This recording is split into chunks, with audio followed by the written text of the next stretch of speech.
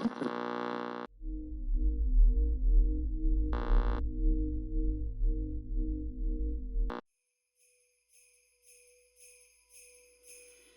guys, Tariq here.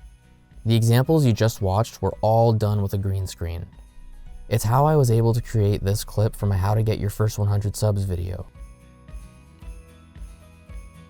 To begin, on my timeline, I currently have the Christmas tree footage on the bottom already scaled to the proper size, and the clip with the green screen on top. Now go over to the effects panel and type in the word Ultra, and drag the Ultra key effect onto the green screen clip on the timeline.